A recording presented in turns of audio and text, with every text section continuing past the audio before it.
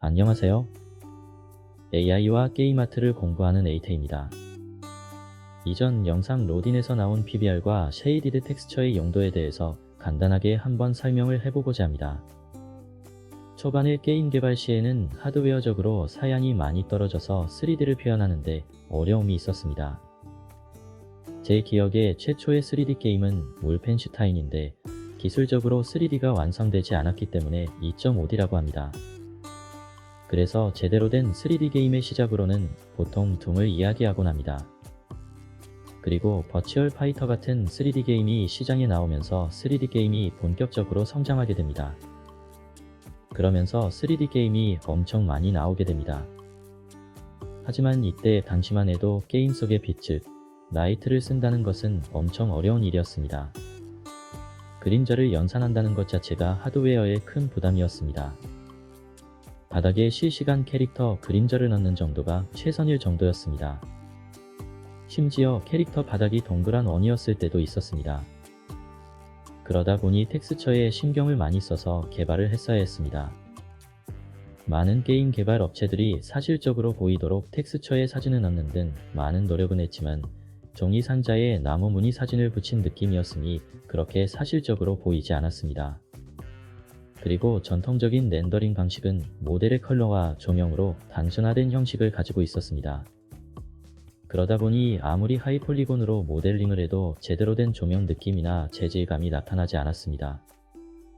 그래서 게임 엔진에서 해결이 잘 안되니 좋은 렌더러를 이용하여 조명과 재질감을 나타낼 수 있는 형태의 텍스처가 필요하게 되었고 그것이 바로 쉐이디드 텍스처입니다.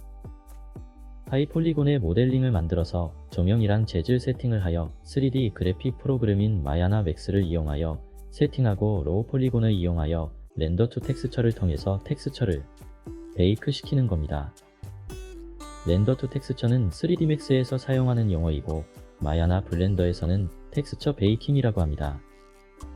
이런 작업을 하는 것조차 당시에는 시간을 많이 잡아먹는 일이었습니다. 사실상 선맵도 입체적인 질감을 표현하기 위해서 만들어진 텍스처 제작 방식인 겁니다. PBR은 1980년경쯤에 연구가 시작된 기술이었는데 당시에는 학계와 일부 전문가들 사이에서만 알려져 있었습니다. 그러다가 2012년에 시그라프에서 피지컬리 베이시드 쉐이딩 애트 디즈니라는 논문이 발표하였습니다. 이 논문에서 물리기반 쉐이딩 모델인 PBR을 디즈니가 체계적으로 설명하였고 이때부터 PBR이라는 개념이 널리 알려지게 됩니다.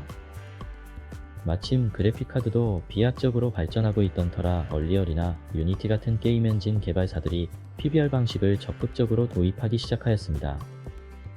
그러면서 하나의 모델에 여러가지 텍스처를 사용하여 이제까지 없던 방식의 사실적인 고퀄리티 게임이 나오게 됩니다.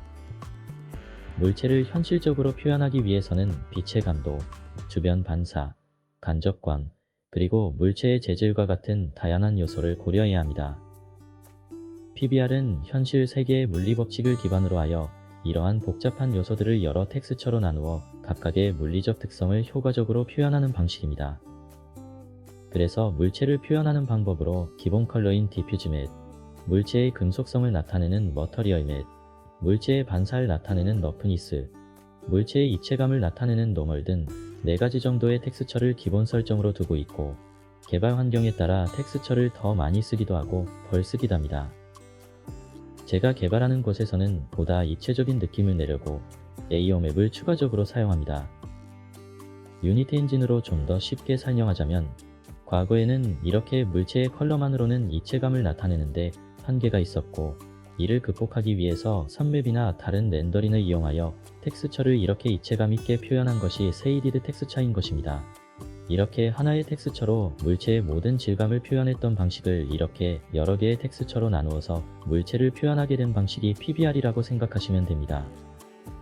그러나 PBR은 하드웨어적으로 많이 발전했음에도 아직도 무거운 기술입니다. 이유는 과거에 한 장의 텍스처로 해결했던 것을 많은 텍스처를 사용하게 되었으니 이 텍스처를 모두 연산하려면 컴퓨터가 시간이 걸리기 때문입니다. 그래서 콘솔 게임이나 고사양 PC를 목표로 하는 AAA 급의 게임에서나 PBR을 사용하지 아직도 대다수의 모바일 게임이나 성능 이슈가 큰 게임은 PBR을 사용하지 않거나 경량화된 PBR을 사용합니다. 유니티의 URP가 그런 경량화된 PBR이라고 할 수 있습니다. 그래서 로딘에서도 두 가지의 텍스처 방식을 제공하는 것이라고 생각하면 됩니다. 추가적으로 저는 PBR도 어디까지나 현재까지 나온 가장 합리적인 렌더링 방식이고 앞으로 또 어떤 기술이 나올지 모른다고 생각합니다. 그래서 PBR을 만능으로 보기보다는 하나의 기술적 접근 방법으로 이해하는 게 좋다고 생각합니다. 이야기를 정리해보자면 사실적인 표현을 하기 위해서 모바일이나 가벼운 게임은 쉐이디드 텍스처를 사용하고 고퀄리티라면 PBR을 사용한다고 생각하시면 될 것 같습니다. 사실 PBR은 렌더링의 개념이기 때문에 엔진마다 구현 방식이 다를 수 있습니다. 그래서 텍스처만으로는 PBR을 완전히 설명하는데 한계가 있을 수 있습니다. 그러나 어떤 연유에서 텍스처들이 필요하게 되었는지 들여다보면 PBR에 대해서 어느 정도 이해하는데 도움이 되었을 거라 생각이 듭니다. 이상으로 에이테였습니다.